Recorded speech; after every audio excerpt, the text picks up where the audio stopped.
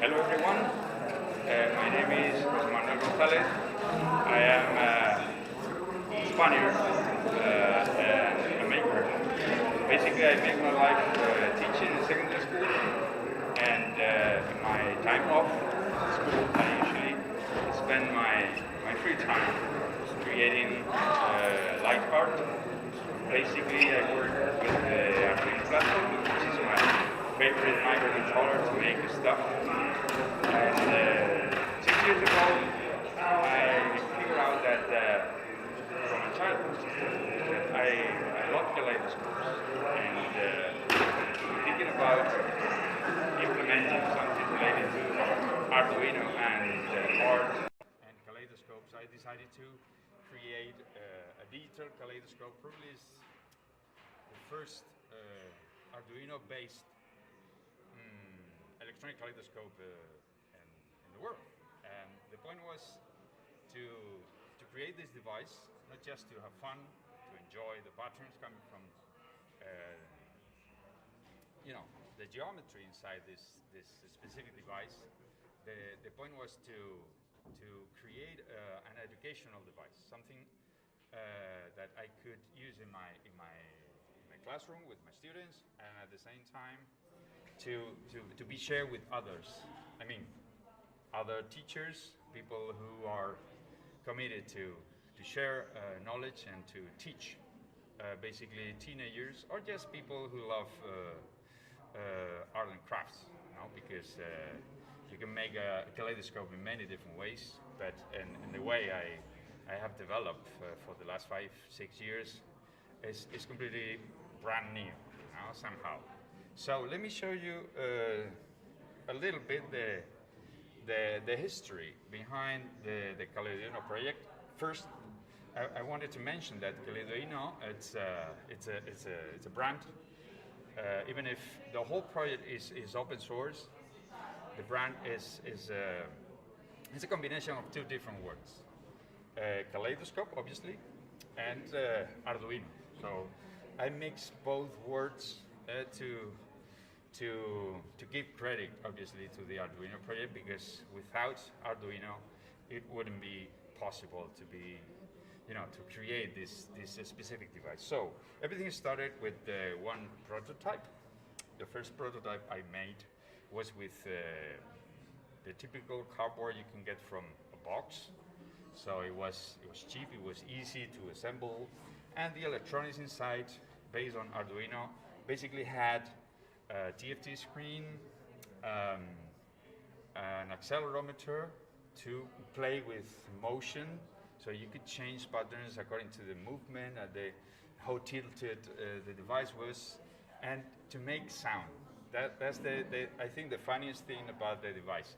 You can enjoy the patterns inside the device, but at the same time you can make noises, or you can play music, and at the same time you can learn things about physics, mathematics, and obviously programming. The first model I designed was this one, which is the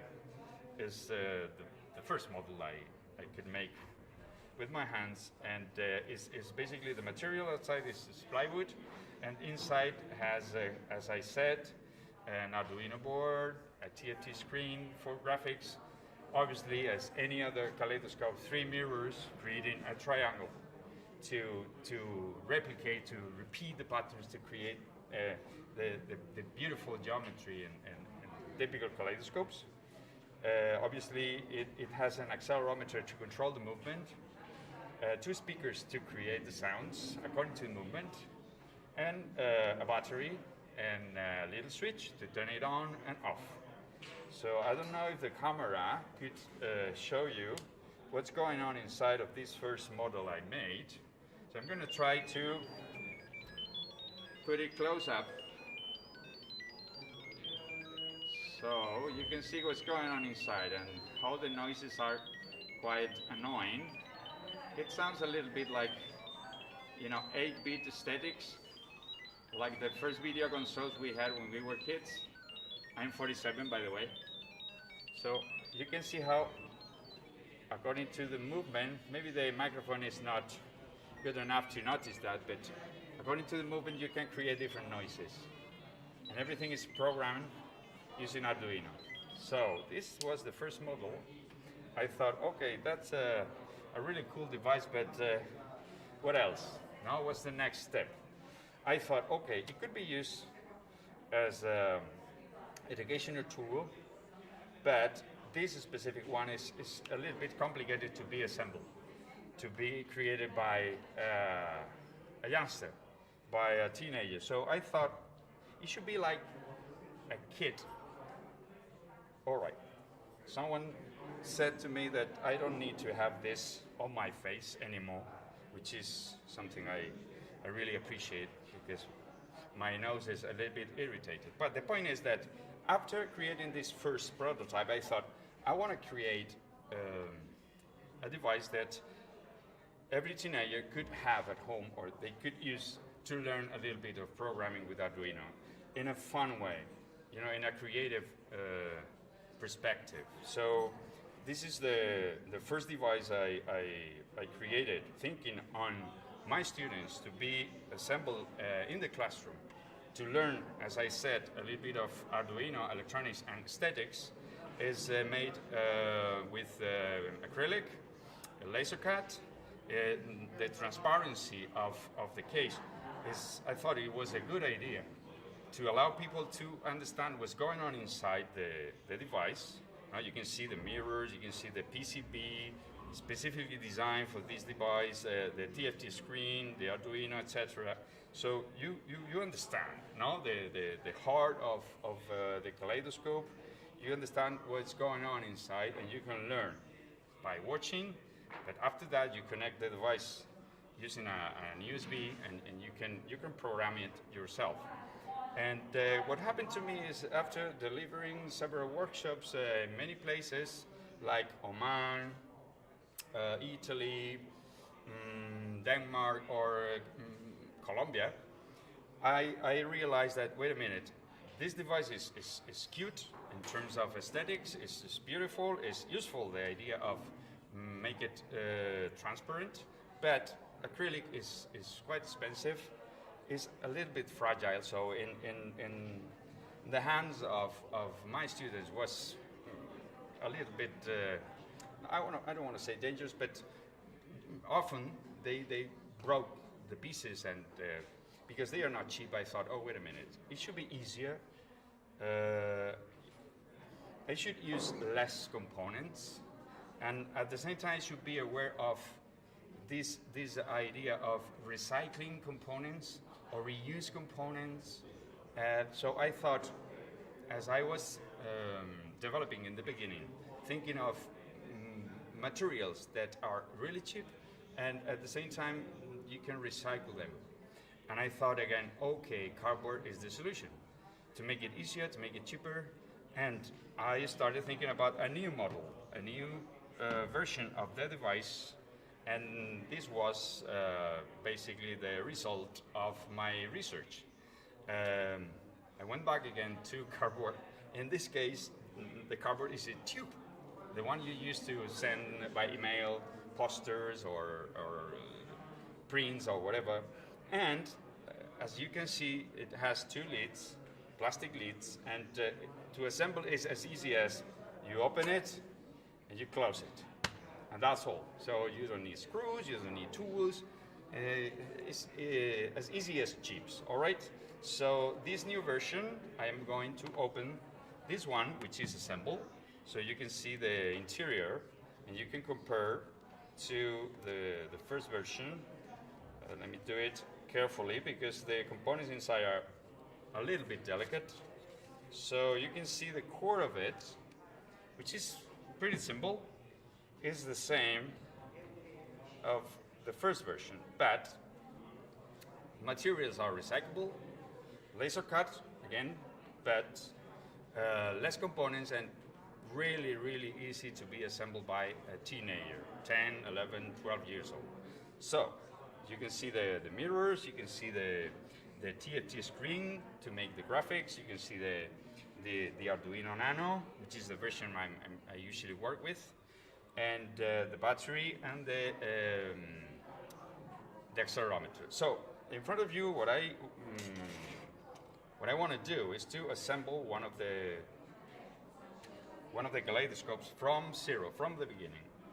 So this is one kit with all the components inside. I'm going to open, as my students do when I deliver these kind of workshops, and I have to be aware about all the different components inside the cardboard tube to start making your own.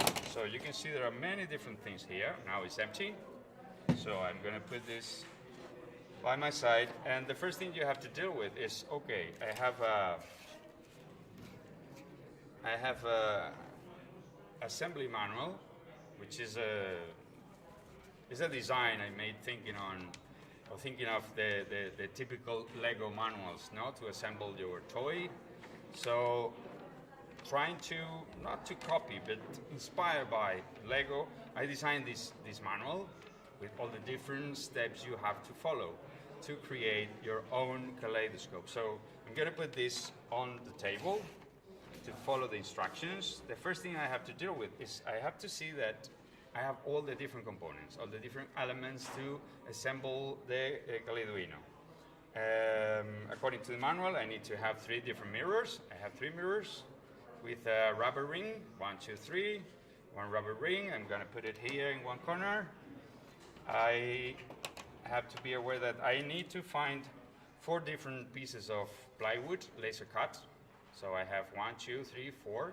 2 of them are exactly the same, with a triangle, a hole. Right.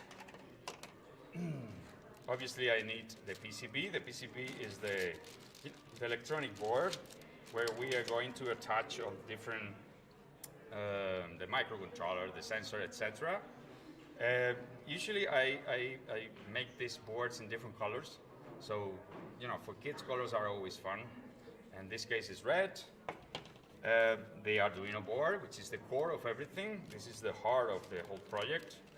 In my case, I'm working with the version Nano 3.0, which is quite popular. It's the Chinese version because, as you know, the Arduino company is not fabricating this specific board anymore, so it's quite cheap in the market. We have an accelerometer. Probably is the simplest one. It's an analog accelerometer. Then we have a switch to turn it on and off with all the different elements attached, so you don't have to solder anything. The spacers, we have to use them to compose, to assemble the whole thing. As you can see now from that camera, there are many different spacers. One of them is 10 millimeters, 20 millimeters, and 50 millimeters. And all the washers and screws and nuts you need to assemble the whole thing. And the graphics come from this tiny TFT screen, which is quite delicate because it's what do you say in English? It's liquid crystal, or yeah, something like that.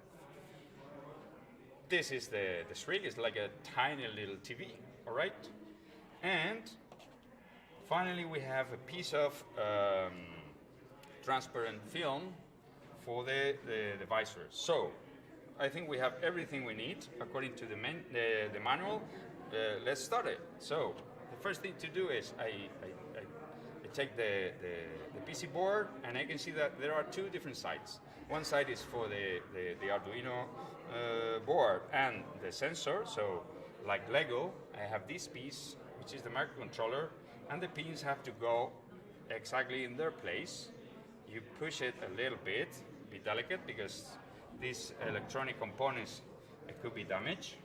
Then the accelerometer, which is quite similar to the one you have in your tablet or your cell phone, to know how tilted your screen is. So when you were wondering why, when I moved my cell phone, the cell phone knows that it was tilted, it's because of that black square, tiny thing in between you can see that.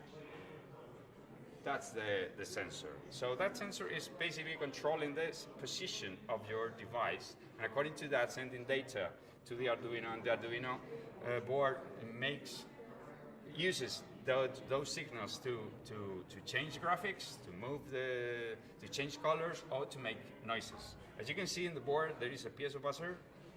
That's the device that is going to make the funny noises. And in the other side, you can see there are more female pins for the TFT screen. So you can see there are 1, 2, 3, 8 different pins.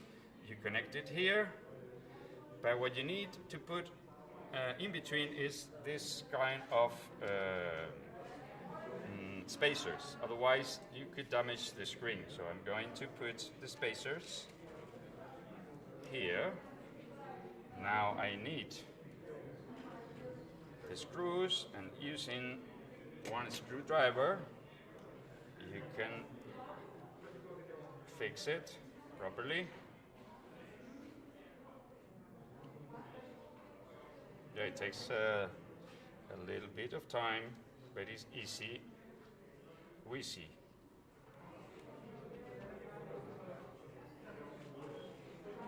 So we have the screen attached. Now we need these nuts in the other side, otherwise it's going to be moving, and we want to make it solid.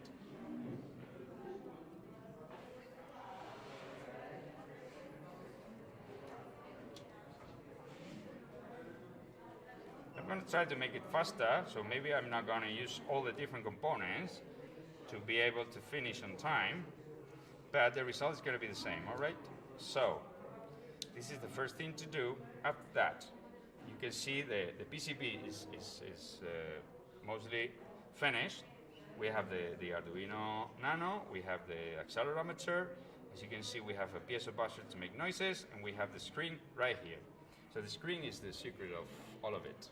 So after that, we have to use these spacers, 20mm spacers.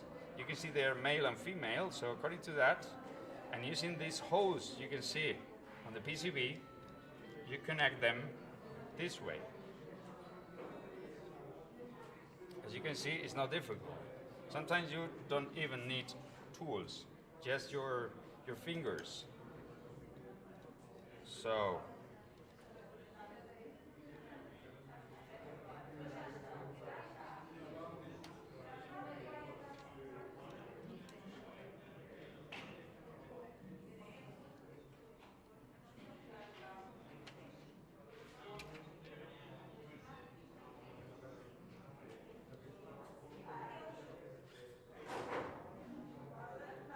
So as you can see, we have these columns to separate the different layers of the device.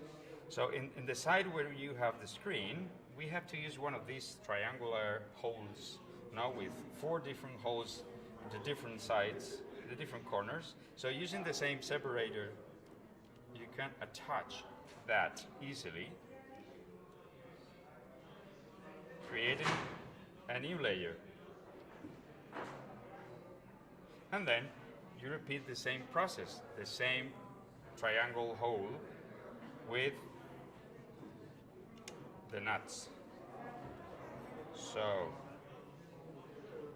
with my fingers I attach the first one, and then I use the screwdriver if I can. Yes. Sometimes my fingers are trembling, but it's all right.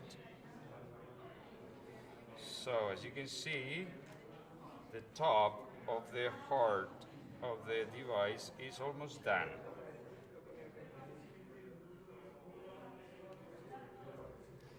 So this is the part where we are going to install the mirrors. As you can see, we have 3 different mirrors. Because it's acrylic laser cut, it has a tiny film here you have to take off to have the clean mirror. So the mirrors are going to be here. So every graphic coming from the TFT screen is going to be reflected on the surface of those mirrors. This is where we need the rubber ring to put them all together. So as you can see, they don't move.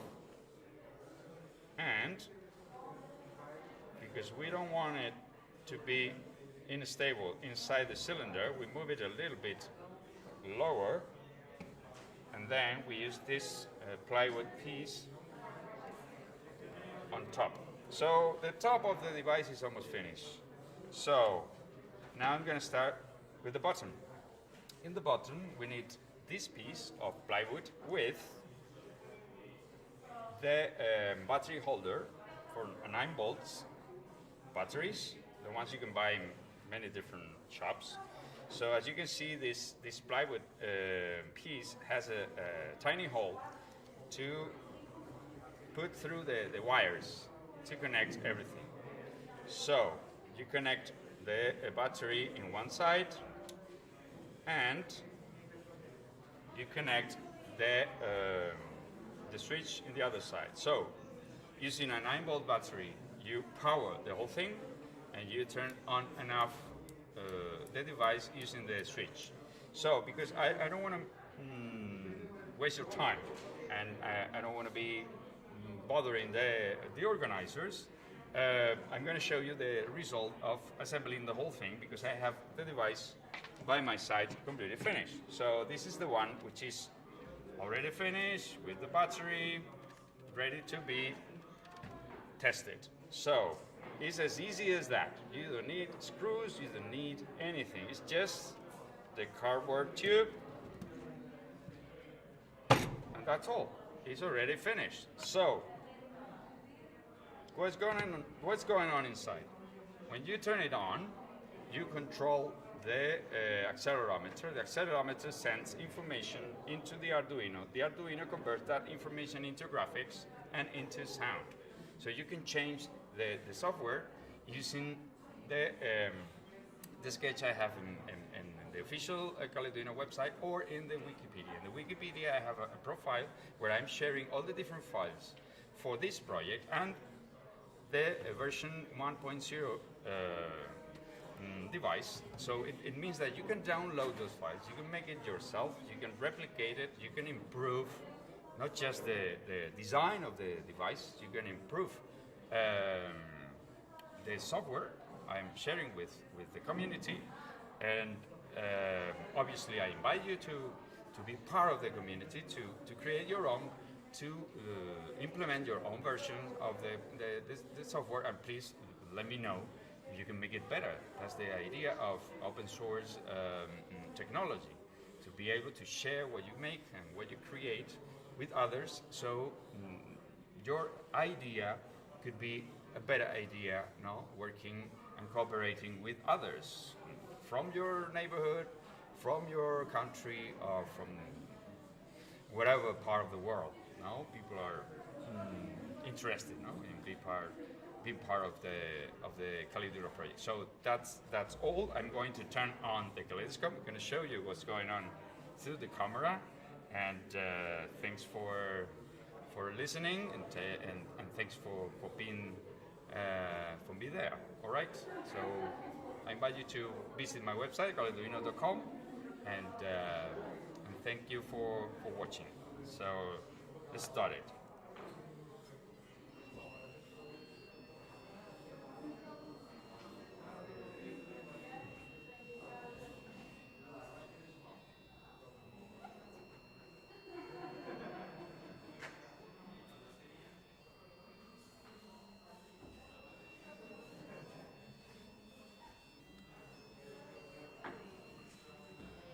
That's great fun.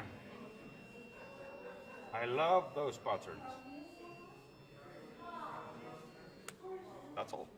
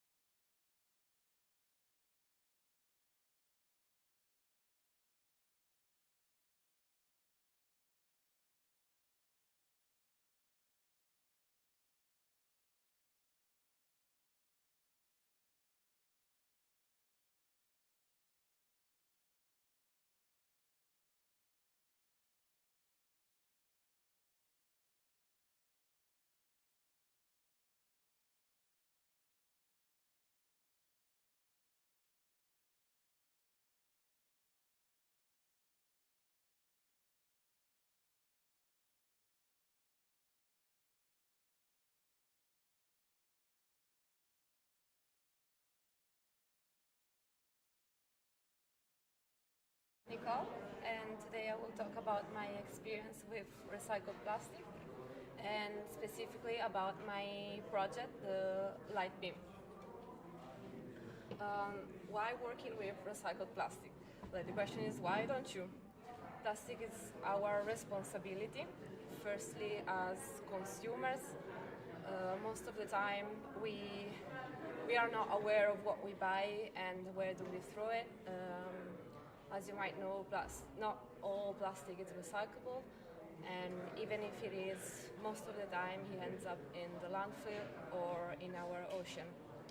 And recently I read that it's estimated by 2050 there will be more plastic floating in the ocean than fish. And this is a very alarming news. And also, as designers and makers, it's our responsibility because we choose what to put out in this world. And this is why I do what I do. And this is why I started to research how to recycle plastic back on my final year project of university. And it's how I encountered for the first time Precious Plastic. Precious Plastic is a non-profit organization which shared online for free all the knowledge and tools and techniques to able to tackle the plastic problems. And this is how I started my project. At the beginning, I didn't have any machine, so I was cutting by hands all the plastic, and I made a lamp also. My first project was a lamp. And then a few years later, I joined the Precious Plastic community. I was part of the version 4, where I developed the first version of the Beam Light. When I firstly got there, I started to experiment with the different machines. So they developed a set of 4 machines, semi-industrial machines, that are very easy to reproduce if you have a workshop. There is an extrusion, an injection, a shredder, and the oven, and later on they developed the sheet press. And I started to focus only on the extrusion machine, which is the machines that allows to reproduce beams of different shapes and a different length according to the mold. And I was always fascinated by lights, and it's where I started to experiment with PS, which is a transparent PS, and colorful ones. I got amazed by the final result. It's a perfect example how to transfer plastic waste into something exquisite. And so why did I use PS? PS, it's polystyrene, sorry for those who don't know, and it mainly comes from CD cases or ice cream spoons, and it stays transparent during the recycling process, comparing to the other most common plastic, which is HDPE, high density polypropylene, and PP. They are much more light and more common to find. So HDPE, like maybe you know, has a plastic bottle cups, or also like this PP is like these disposable cups. So you can see it's also transparent as PS, but in the recycling process, like when I extrude it, at the end it comes opaque. So the predominant color are, in this case I actually used this Heineken cups, and the predominant colors were the green and the red one for the logo, which is not really good for lights in this case. Or also I was experimenting with common plastic bags, also transparent. But while extruding, I got the same result. So the beam was more opaque. But PS, instead, it maintains its transparent qualities while extruding. And this is how I started to make the first light beams. This was the very first experiment. And so from this mix, I use 95% of clear plastic and 5% of color. And this is the final result. So it's an ambient light that you can hang on the ceiling. And so you can use like plastic waste and colored plastic waste, or also I tried to use pigments that you can find specifically for polystyrene. But the difference between the two, this is more clear and you can see the flow of the color much better than this one. This is more like a pastel color and clouded, which I obtain also to recycle the same parts of old beams or old sheet, or even the plastic excess that comes out of the extrusion machines. I was reshredding and reusing for more beams, which makes the product 100% recycled and 100% recyclable, because you can transform it into infinite new beams. And another, so I explored the same technique of extruded beam also to make jewelry. And here you can see, the process reveals another interesting patterns, which is the inside of the beam. Because when you slice it in small bits, it reveals a really interesting pattern on the inside, and especially with the square molds. So what happens is when the first color that you insert on the extrusion machines, it sticks to the outside of the wall of the mold, while the core stays warmer and allows the plastic to flows in better, and that creates very different patterns. So you can see a little bit better here from the jewelry that I create, and they came from the same beam. And this depends on the temperature of the mold and the pressure. For instance, at the end of the mold, it's cooler, so it builds up more pressure to allow the plastic to flows in better. So you can see like the colors technique is very interesting, and it gets very creative, but at the same time it's difficult to control. So it's almost impossible, unrealistic to get the same outcome of the beam, which makes the process of recycle like beautiful and unique. So each beam it's unreplaceable. And also these techniques are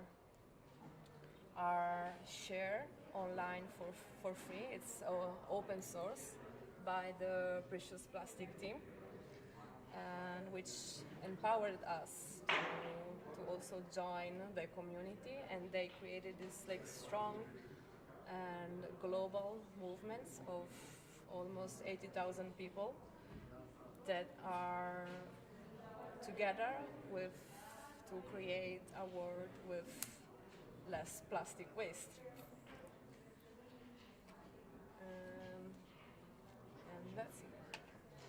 And if I can show you this one maybe with the lights off, so you can see better the effect. So it's more like an ambient light, and you can see like the different colors. And that's it. Thank you for listening.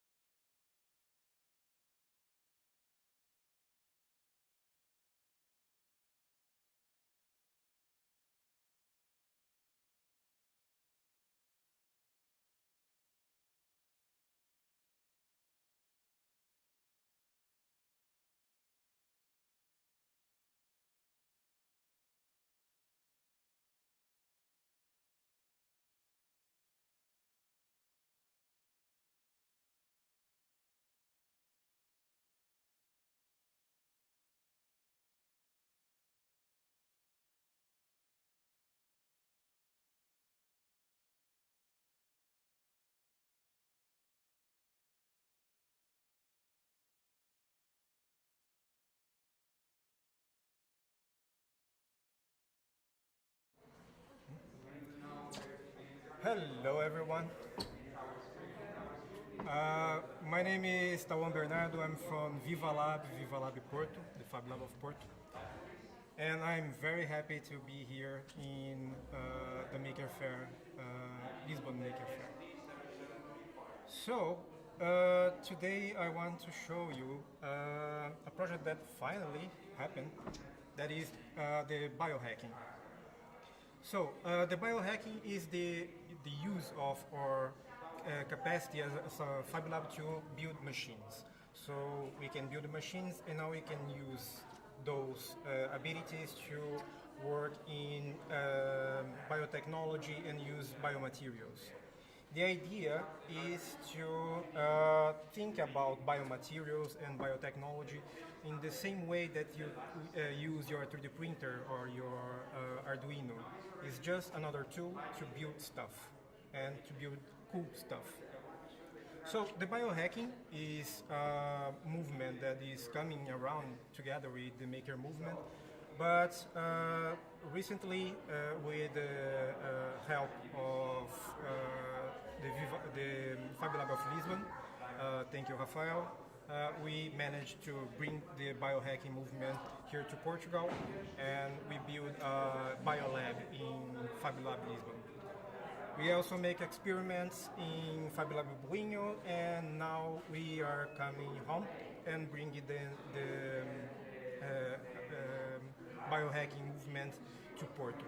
So stay tuned and follow Viva Lab to know more news. Just before we start, Viva Lab, we are a Fab Lab focused in education, design, and innovation. We are a bunch of people that in love with the maker movement and the idea of bringing those technologies and those philosophies to everyone else. And today, I will bring a very simple project. In different labs, we create very cool machines, very advanced machines like incubators and centrifuges and thermocyclers for DNA working and so on. But today we will show you a very small, cheap, cool project that I developed, and you can reproduce anywhere and using a laser cutter and some simple tools. So, what I want to show you is the portable microscope. Just showing is this project here. So, you put in your smartphone and using the camera of your project, you can see everything in a really small scale. This microscope can increasing 40 times the size of the image plus the zoom that you have in your own cell phone, and is very easy to assemble. The idea is to cut a lot of this and bring to a classroom and make the kids go around trying to find something cool to take a picture or make a video. So let me show what we need. So first we need a bunch of pieces cut in laser cutter. You can find this project in my page in Wikifactory. You can search for Tawan in Wikifactory. I'm the only one, it's not very usual name. So you can find me. This project in others that love to have your feedback. We will have screws, some rubber bands, and a laser pointer. Those cheap laser pointers that we can find in any stores. So first, let's disassemble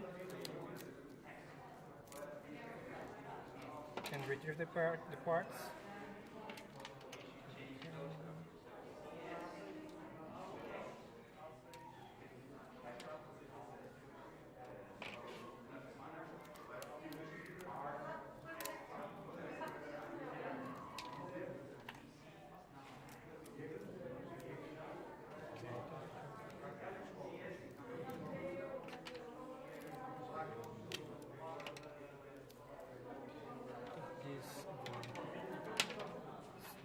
cut it.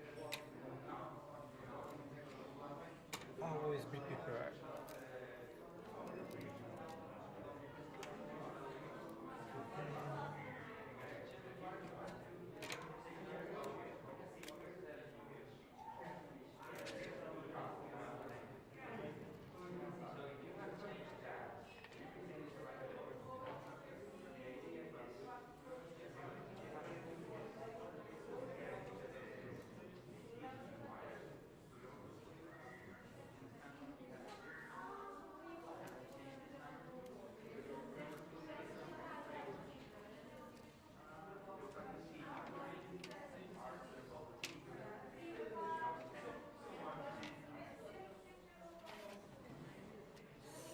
So,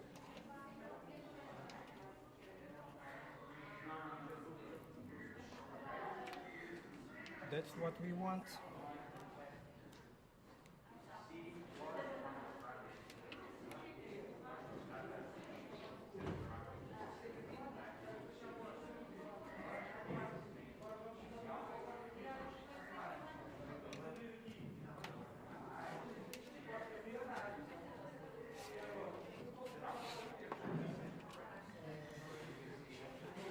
Okay, we have the wood parts.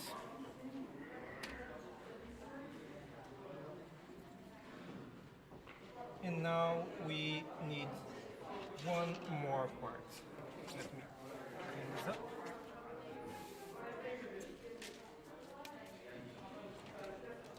So, the cool part, that is the lens, we will find inside of the laser pointer. We will need to disassemble this to reach the lens. So if you want to keep using your laser pointer as a light, you need to be less destructive and make things with care. So you can disassemble. Let's see if I can do this without breaking everything.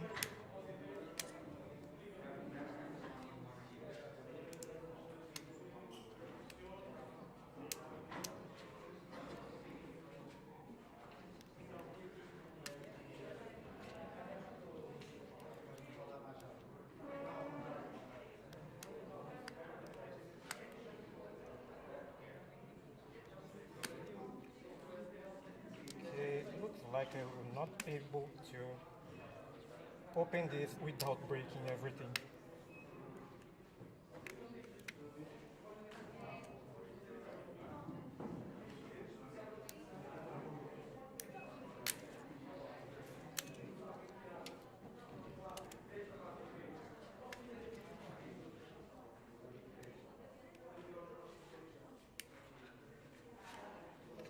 Okay.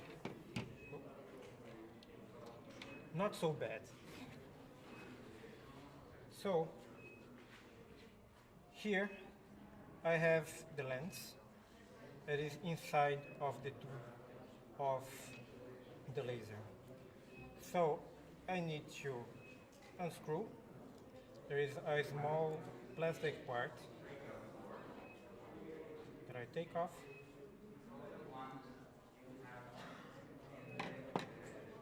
But then I can take the lens. Push this aside, later I can reassemble, and I think that I can make the lantern work again. So this is the lens that we will need. Let's put here and start to assemble the microscope. So first, we need to find these small pieces here. These pieces look like nothing, but they are really important. They are the part that we use to assemble different parts of the microscope. What you need to do is to put this in those parts, in those holes. And if you need it, you can use other part of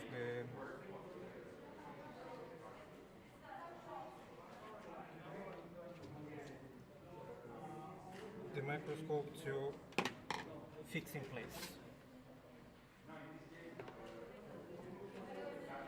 one.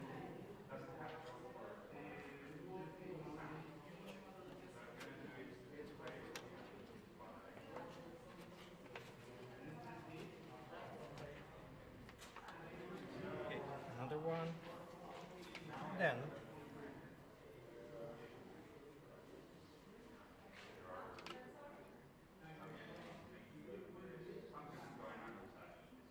I will put my nut, and then the upper part.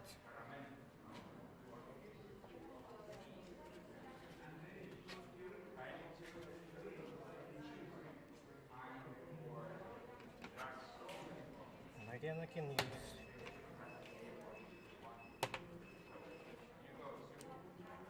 just to fix in place. So this part is just a system to hold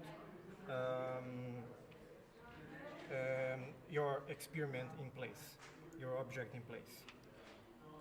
And this we use to establish some distance and adjust the focus of the lens and the object. So let's keep working.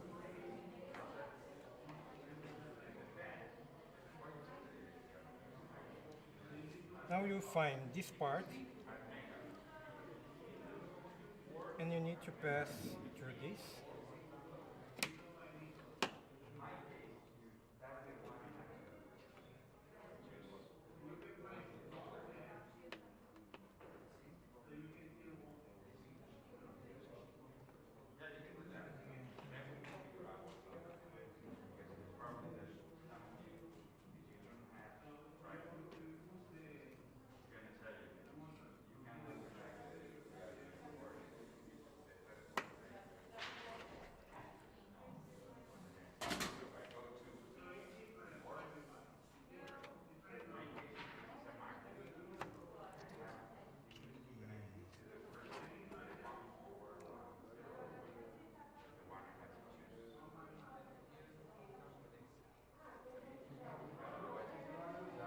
Yeah, it looked like I made too tight.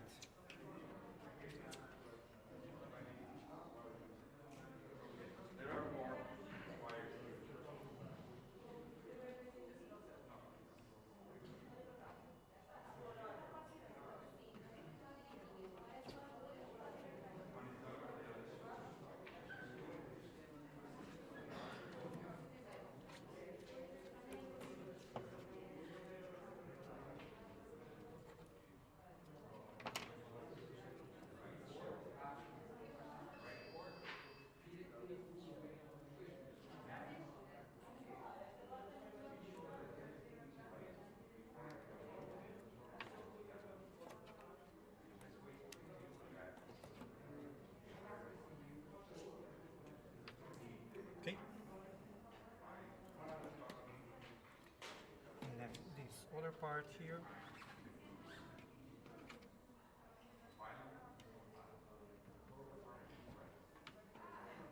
Okay. And we can assemble the lens.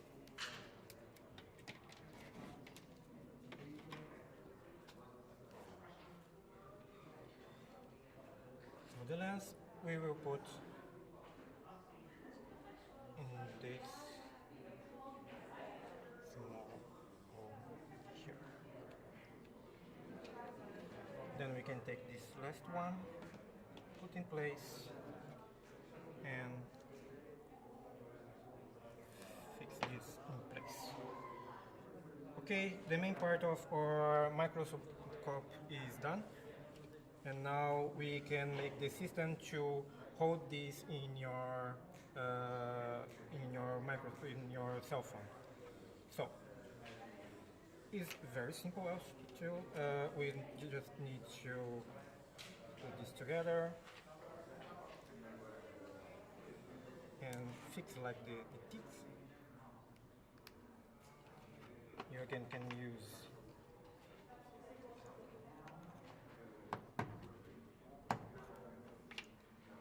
the other parts to fix in place.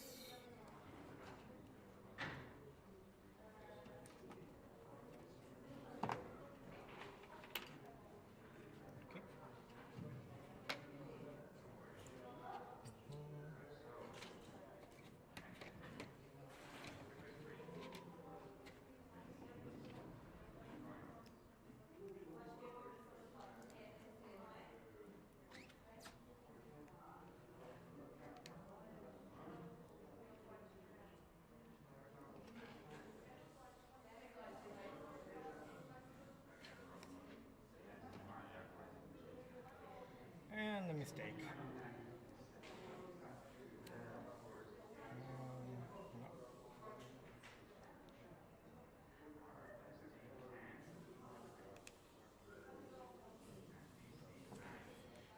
No. Okay. Now we have this system. We'll put here. Close everything here.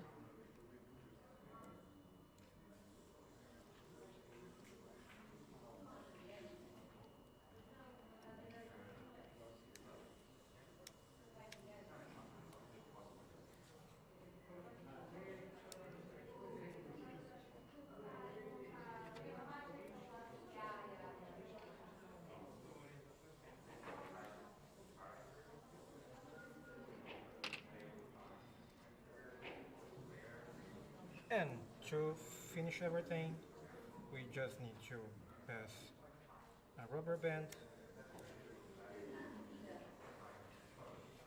and then we have our microscope. So with this you can put this in any size of cell phone, and this system can be used in cell phones that we have case and so on, and you can slide this back and forth, up and down, so you can find the lens of your camera. If you have several lenses, then you will need to find out what's the main lens that you will be using in your cell phone. And then just have fun and start searching for things to see in the bigger scale. So, in fact, I bring a flea, but I lost a flea in my baggage. So later I need to find out where the flea that I bring are. But I just find another cool object that was a bee wing. So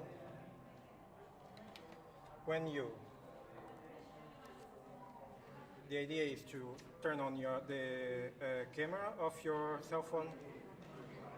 You can use this to put in place.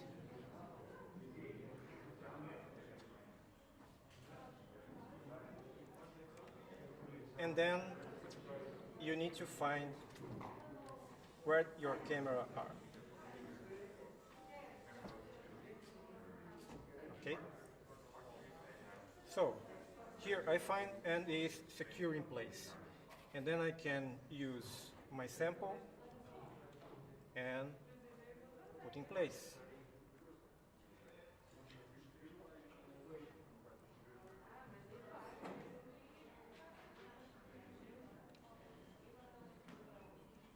Probably it will be out of focus, and that's why we have this screw down underneath the machine, so you can adjust the distance between the lens and your sample, so you can focus. Again, this can be used with your free hand, and will increase 40 times the image plus the zoom that you can make with your cell phone. And you can make these small adjustments to see exactly what you have in hands. And you can take pictures, you can make videos.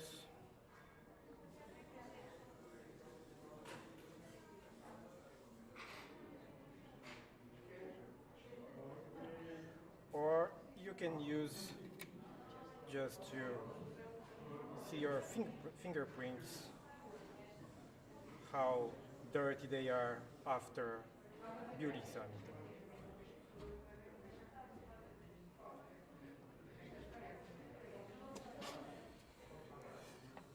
And I think that is it. Um, Thank you guys for having me here. I really like this project. It's really fun to make and see kids around searching something to show us and creating content. And I would love to that you make something like this. You could copy, you can produce, and send me pictures. Find me somewhere. Find me in the social media and in Viva Lab, and send pictures so we can see what you are inventing. Okay? Thank you, and see you next time. Bye bye.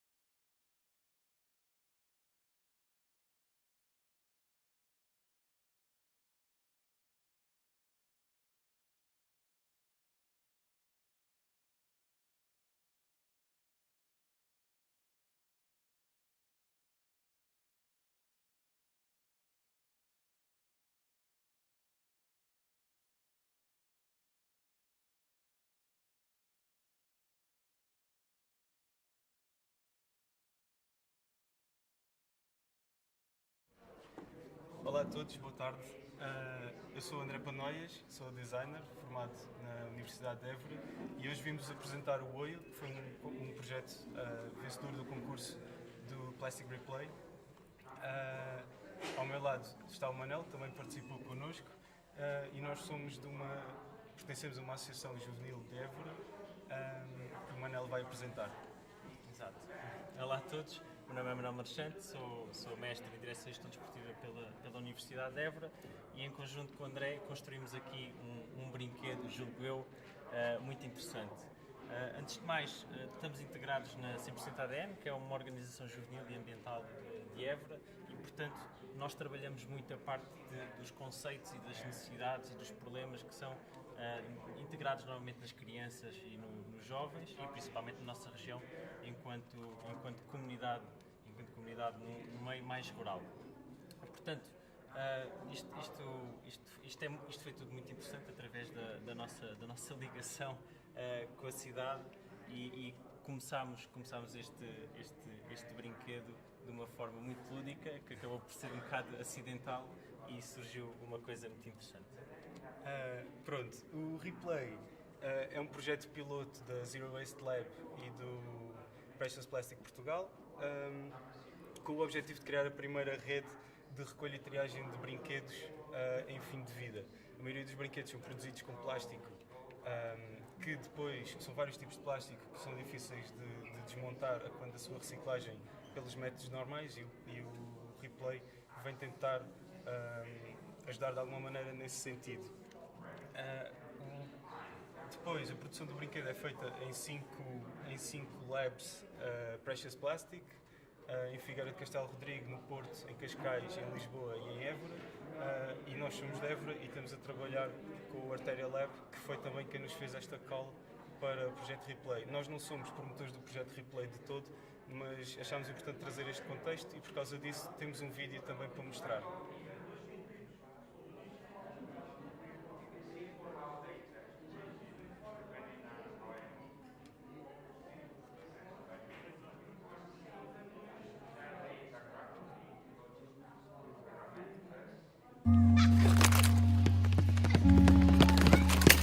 A vida de um brinquedo não é fácil. E em Portugal, quase todos os brinquedos acabam em aterros ou são incinerados. Vamos mudar esta história? Replay é um projeto piloto que arranca em 5 cidades: Figueira de Castelo Rodrigo, Porto, Cascais, Lisboa e Évora. Peguem brinquedos estragados ou que já não uses e separe os diferentes materiais. Depois, só tens que os entregar nos pontos de entrega Replay. Junto com estudantes de design de produto, iremos projetar brinquedos ou objetos úteis. E as máquinas da Precious Plastic vão triturar, extrudir, comprimir e injetar novos brinquedos. Vamos criar pontes entre a comunidade, universidades e centros tecnológicos. E ter sessões de debate e sensibilização para repensar os brinquedos e o brincar. Vamos juntos dar uma nova vida aos teus brinquedos? Descobre mais em plasticreplay.pt.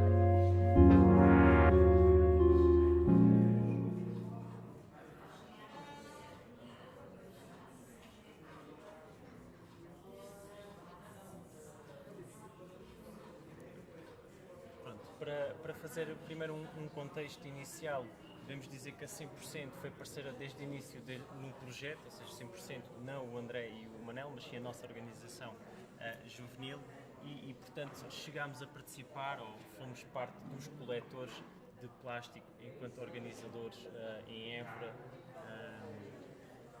na coleção para a produção dos brinquedos, digamos assim. Entretivemos as crianças em várias escolas, inclusive inaugurámos uma atividade numa sede juvenil e ambiental em Évora, com esta atividade através do Arteria Lab, que foi também muito interessante. Portanto, eu vou iniciar então a parte do conceito, que esta sinceramente é exatamente o foco do jogo em si e não o jogo.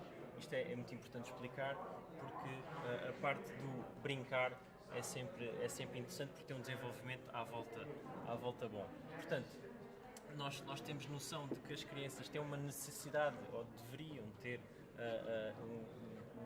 uma ligação melhor à sua terra natal e, portanto, a partir daqui nós identificamos a ligação com a terra muito importante e a parte dos jogos tradicionais à memória dos nossos pais e dos nossos avós e tentámos juntar isto tudo num conceito.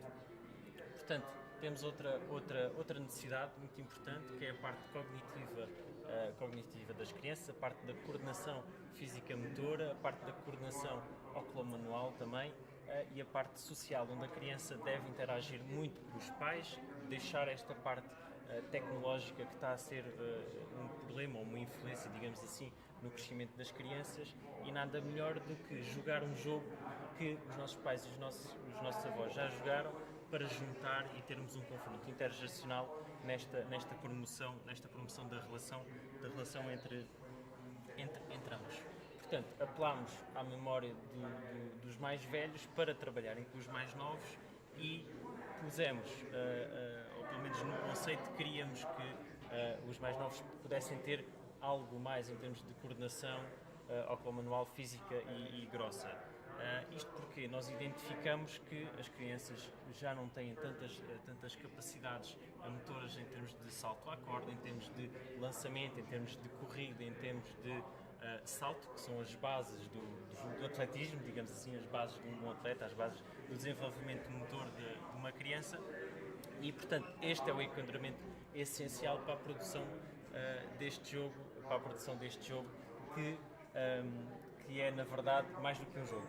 São 8 ou 9 que conseguimos identificar para que a criança não precise de jogar sozinho. E pronto, esta é basicamente o conceito inicial da minha base, que sou de desporto, e que depois passo a bola ao meu colega que trabalha a parte do design e que eu já não sou grande especialista.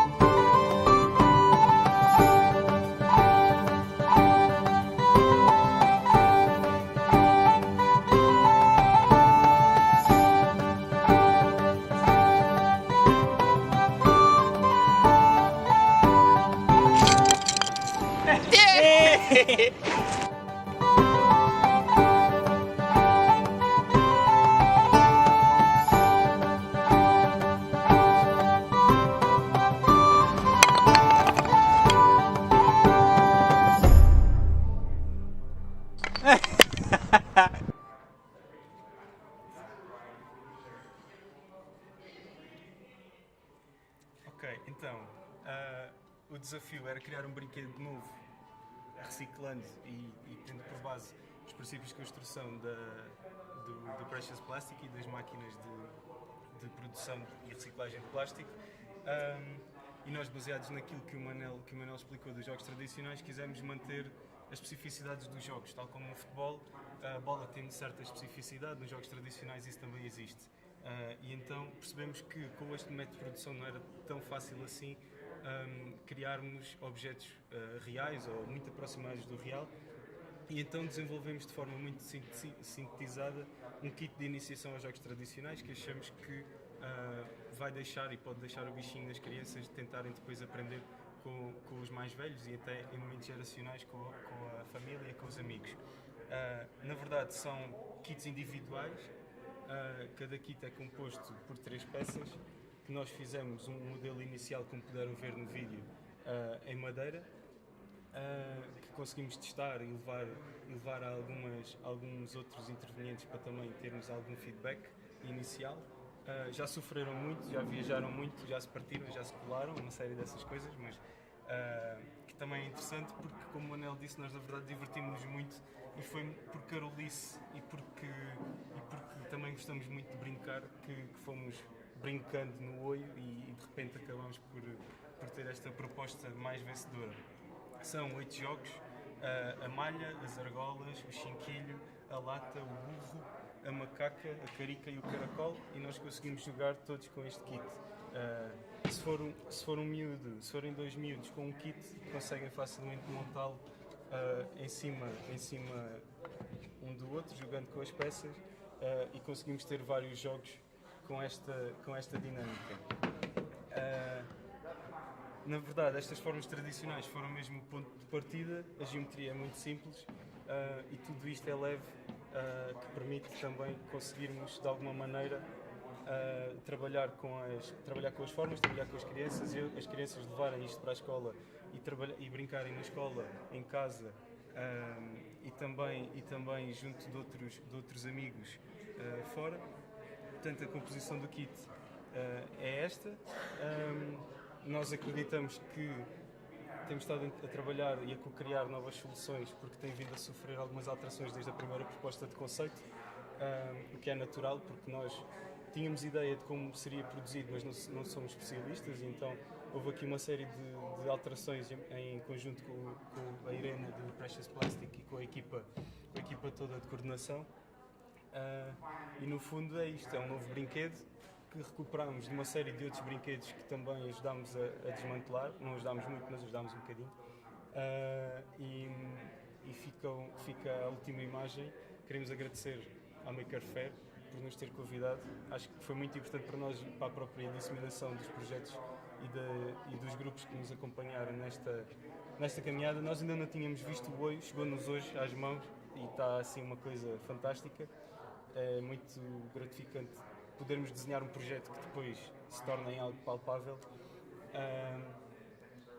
Temos algumas imagens do processo que já passaram, que estão a passar, e deixamos então os links de Instagram dos parceiros e de quem nos tem acompanhado nesta jornada, porque na verdade não temos feito as coisas sozinhos, tivemos a ideia e o conceito, mas todo o trabalho tem sido feito em equipa. E o facto de ser uma equipa multidisciplinar é muito interessante para nós e acho que está a ser muito, muito importante. É isso. Obrigado.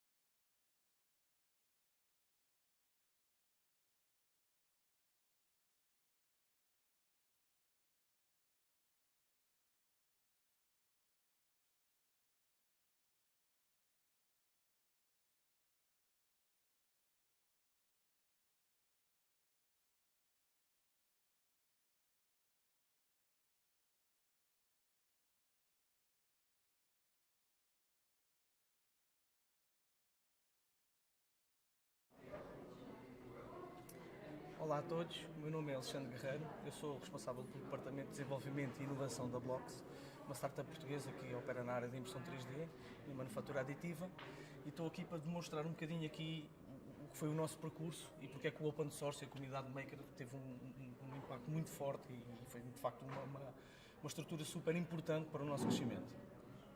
Inicialmente, quando esta ideia surgiu, antes sequer de haver a ideia de criar uma empresa ou de ter uma corporação, por assim dizer, foi exatamente aquela energia de existe uma comunidade online que tem uma série de conhecimento open source que tu podes pegar e fazer o que tu quiseres.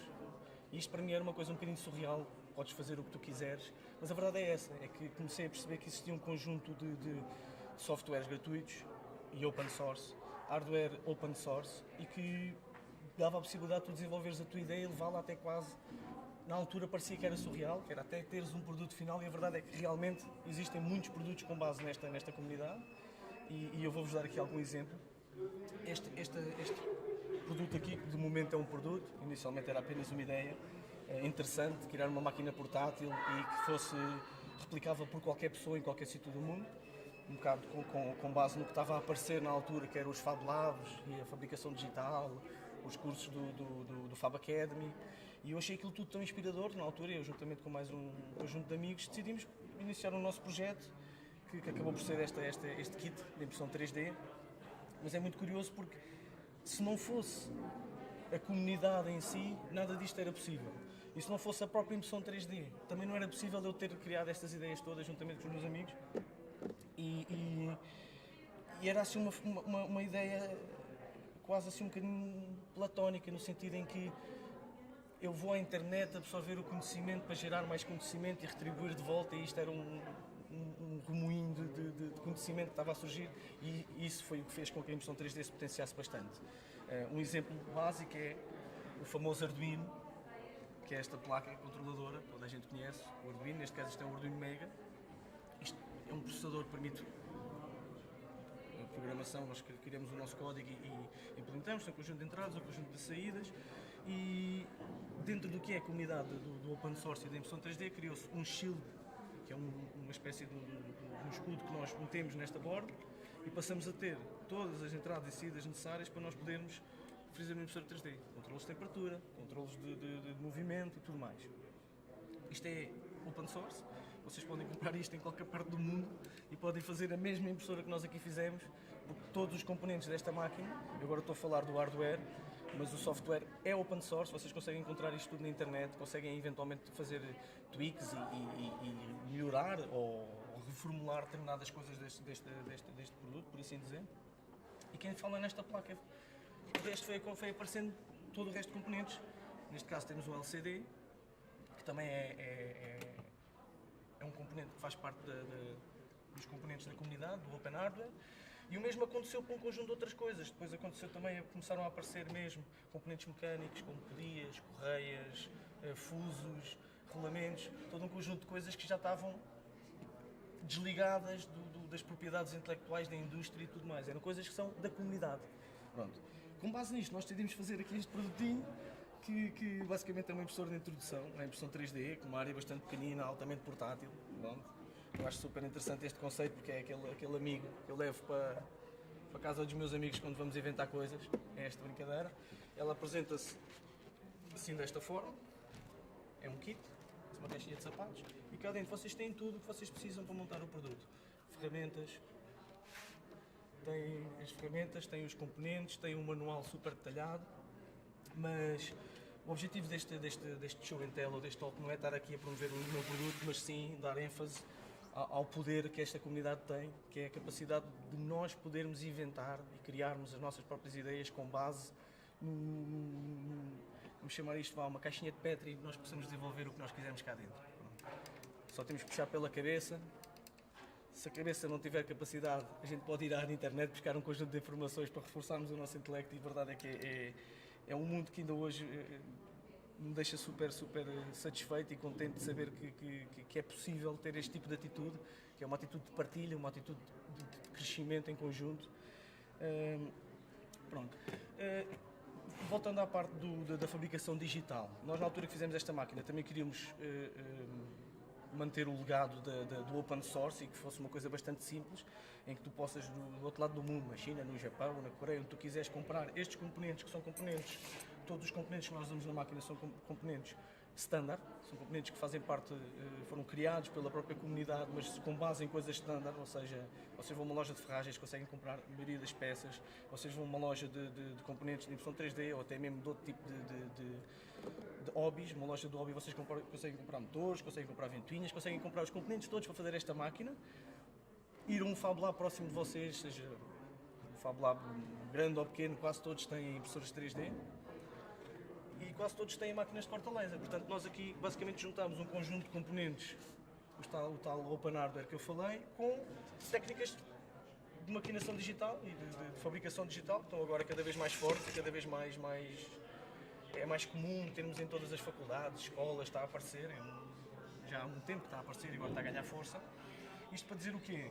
Que se não fosse a própria comunidade, nada disto era viável, era impossível. E se não fosse a própria impressão 3D, eu também não teria impressoras 3D. Eu costumo dizer na brincadeira que nós não temos uma fábrica, nós temos uma maternidade. Nós temos impressoras 3D a dar à luz outras impressoras 3D. Isso é uma espécie de Inception. Pronto. Então, como vocês podem ver aqui neste caso, vou-vos dar aqui um exemplo, estas peças são peças que fazem parte da máquina, são peças que foram impressas noutras máquinas iguais a estas. E com base na impressão 3D, no corta laser e num conjunto de peças que são super fáceis de encontrar, nós conseguimos criar este produto.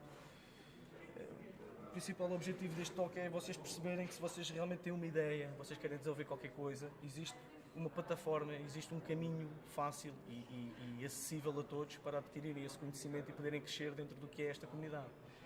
Pronto. Se vocês estão a falar, por exemplo, de impressoras 3D, é o que eu estou aqui a falar agora, mas se vocês falarem de drones, se vocês falarem de qualquer tipo de hobby, cada vez mais aparecem placas controladoras que nós possamos programá-las e adaptá-las ao sistema que nós queremos. E mesmo que não existem outras placas que não são propriamente destinadas para uma coisa em específico, nós conseguimos adaptar e integrar noutros sistemas para chegarmos ao objetivo que queremos. Pronto. Com isto o que eu quero dizer é que acho que é super importante manter esta política e esta comunidade viva e é importante alimentarmos esta comunidade com ideias. Criarmos ideias, não termos medo de sonhar, porque o que parecia para mim ao início uma coisa super impossível tornou-se uma realidade do dia a dia. Eu não consigo viver sem impressão 3D, eu soluciono montes de problemas na minha vida com a impressão 3D e de facto é isso, é o facto de estar acessível, de ser uma coisa super prática, né? Vocês podem desenvolver e podem crescer dentro do que é o open source e do que é a comunidade do Open Hardware. Espero que isto vos dê alguma energia para poderem desenvolver os vossos projetos no futuro e perceberem que não existem limites. A verdade é que não existem limites, vocês apenas têm que sonhar e sonhar alto e com força e ir à luta, porque isto faz. É muito importante vocês não ficarem presos ao que é o mundo do industrial, o mundo da fabricação em massa, porque as ideias ganham pernas e crescem e as coisas acabam por ir a algum lado. E acho que esta plataforma que é o movimento maker, o movimento open source, é uma plataforma super saudável para crescermos e desenvolvermos as nossas ideias. Espero que isto vos sirva de motivação para o futuro e que percam um bocadinho de tempo a pesquisar isto que eu estive a falar. Fab Academy, Fab Labs, Open Source, Open Hardware, tudo isto são conceitos que estão super enraizados, super interligados e que a partir do momento que vocês abrem essa porta vão começar a perceber que isto é um mundo, é uma família, é uma coisa real e que vos vai dar pernas para andar. Obrigado.